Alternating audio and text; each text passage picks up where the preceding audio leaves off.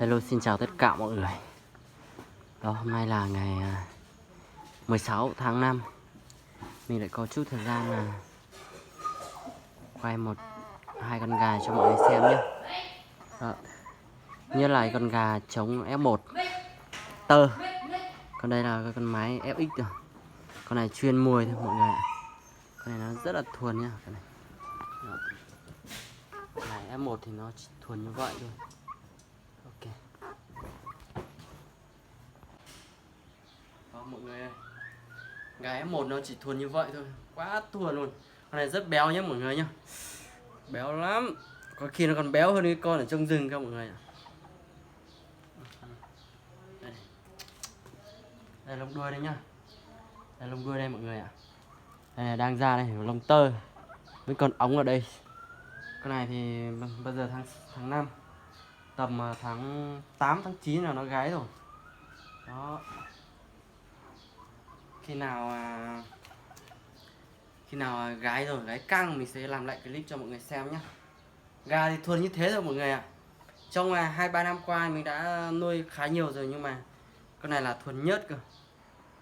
Nó kêu chú chi thôi. Đấy. Quá đẹp, quá thuần rồi mọi người ạ. Cái này công nhận ăn được, ăn khỏe, béo nữa mọi người. Ôi giời, như rừng rạc luôn mọi người nhỉ. Đấy.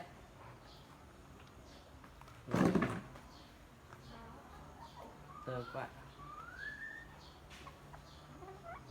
Bố con này rộng nó rất là đỉnh luôn nhá. Bố con này rộng cực phê luôn. Đấy.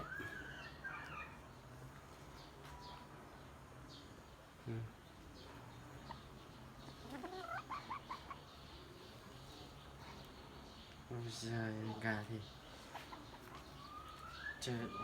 chờ thưởng thức rộng nó xem là thế nào thôi mọi người nhá. Đấy.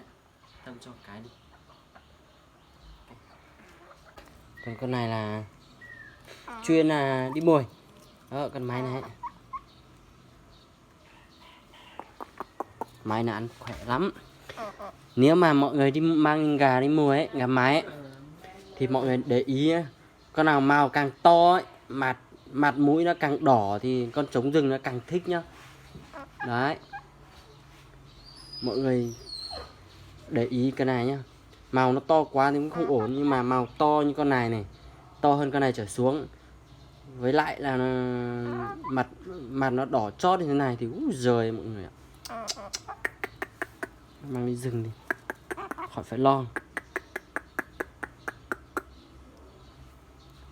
Với lại là nó phải chịu con trống. Đó, chịu trống hay là cân trống rồi, thì khi con trống rạc nó phi vào đạp ấy thì nó vẫn đứng yên cho, thì nó mới độ dính nó mới cao.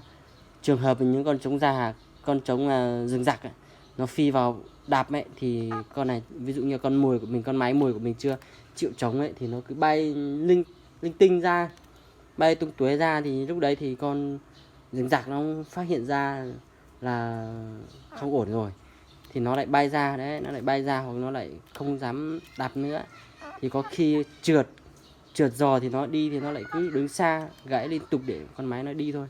Đấy, nên là đôi khi mọi người lưu ý cái này đó. Ok, như vậy là mình xin phép khép lại video tại đây nhé.